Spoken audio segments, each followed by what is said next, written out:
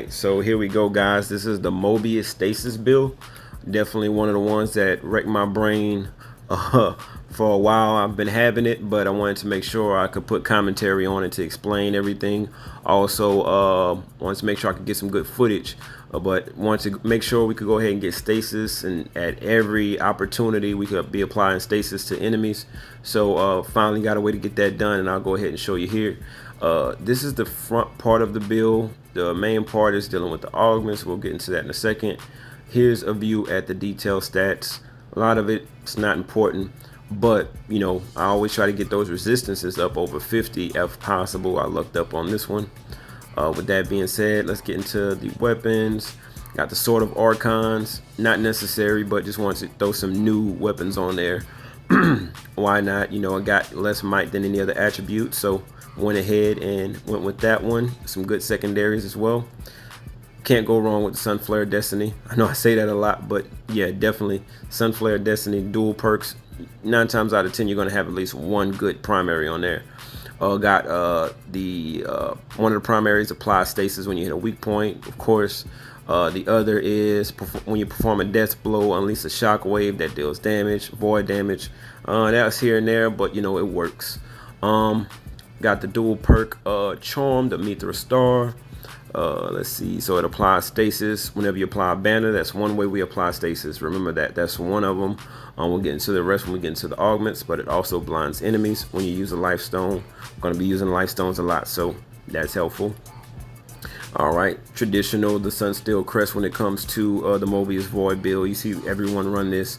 You definitely went with this one because I had that 13% to all resistances, so that's one way I got my resistances as high as they are.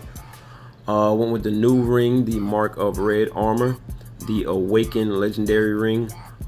This one, you know, I'm using a lot of life stones. We're gonna dig into our health a lot because, you know, one of the ways we apply stasis is by using life stones. You have to lose health to use a life stone, so I figured this might go well with that because I could get over health instead of just dipping in and using my regular health bar. So you might like this, might not, but it's worth a try. You know, you might like it too. I'm kind of satisfied with it. Next we got the Dark Lord Signet. This is, of course, you know, we're not going to be using surety, so this is to see the weak points because we do have benefits to seeing weak points. Haven't been using this on all the new builds, but definitely necessary with a lot of weak point perks. Also got the secondaries, you know, damage to cursed enemies, void damage. We're going to need void damage for one of the augments. We'll get into that in a second. Also Plague Pendant. With these new element builds, that's kind of the one I've been tending to go towards, to give an element boost to the DPS. You know, definitely feeling that one. Changed it up a little bit with the Obsidian Star for void damage. Again, one of the augments is going to be focusing on void damage, so you know, went ahead and chose that one. Also, can't go wrong with those secondaries. All right, so now we're gonna go ahead and get into the augment tree. Here's where things get interesting. I'm gonna show you the important ones first, and then we'll go over the other ones afterwards, just to see. Keep in mind, you know, we're trying to keep stasis going as much as possible. One of the main ones is Fury Conviction. We're going to gain 1 life stone charge whenever we activate Archon Fury, but you have to have 300 spirit. You know, according to all the adjacent augments, it has to add up to 300 in spirit. You know, I went ahead and used Earthquake, you know, and I applied spirit at the bottom because, okay, this one, it applies stasis to nearby enemies when you activate Archon Fury. And to keep that active, you have to have 2 adjacent blues, so that's why I have that blue here, and Fury Conviction also is complementing that, and this is complementing Fury Conviction. Also, you know, to get that 300 spirit, I added spirit as a secondary trait on a Rift, right? That's, you know, going to give us damage for element type. Definitely with these element builds, you want to have Rift on it, but you know, I've added that spirit at the bottom to complement the Fury Conviction again. Also, I have Warp complementing Fury Conviction, you know, with spirit, but it's also used with the stasis build because it applies stasis to nearby enemies whenever we use a life stone. So that's one of the main parts of the synergies, is getting life stones back as much as possible to apply stasis, and also we're applying stasis whenever we're getting life stones back with our Archon Fury and our banner from this charm here. Okay. All right, and the rest of the build is just to kind of go ahead and complement the element damage, element damage when it comes to curse, the curse element. So one of the new augments we have is a tarnished heart. You get curse power when you have no blessings. So this one is a little bit hard to kind of manage sometimes, because sometimes you get blessings by accident, but it works. If you keep it in mind, it works for you. Another one of the new ones, 100% of your void damage bonus, also increases your curse duration. I didn't get as much void damage as I'd like, but I have enough where I think it matters. So I got void as a secondary, matter of fact, on this one. Another thing, whenever I don't have to, I use on my greens, I use resistance to all, right? Because we try to get our resistance up as much as possible. The only time I don't do it is when I need spirit or something at the bottom, so just keep that in mind. All right, we have glamour again, have 2 adjacent greens. I'm using that rift as one, and I'm using that tarnished heart as another to as an adjacent green augment to keep that going. Other than that, I had to use a red one. Didn't have much, so I went with the weapon tech charge speed, because you always need that charge speed up. Getting quite a bit with the well, actually no, I actually don't have Lion's Talisman perk on this one, but that's because I had to go with the apply stasis when placing a banner to keep the stasis going, right? So again, here's the synergy of that. Definitely wasn't easy to do. They might have some other builds on YouTube with something similar. I don't know, I haven't found any, but I definitely had to sit down myself and kind of figure this one out, guys. So yeah, just take a good look at that, and you could go ahead and try it. If you find a different way, I'm pretty sure there might be a different way to put it together. As I always say, just go ahead and leave a comment and let me know what you came up with. So from there, I'm gonna go ahead and go into the build, guys, let you see how it runs, so show you some footage.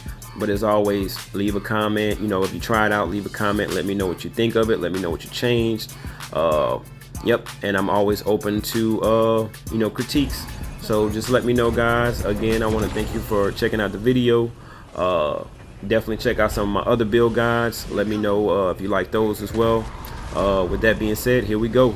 Check it out and let me know what you think.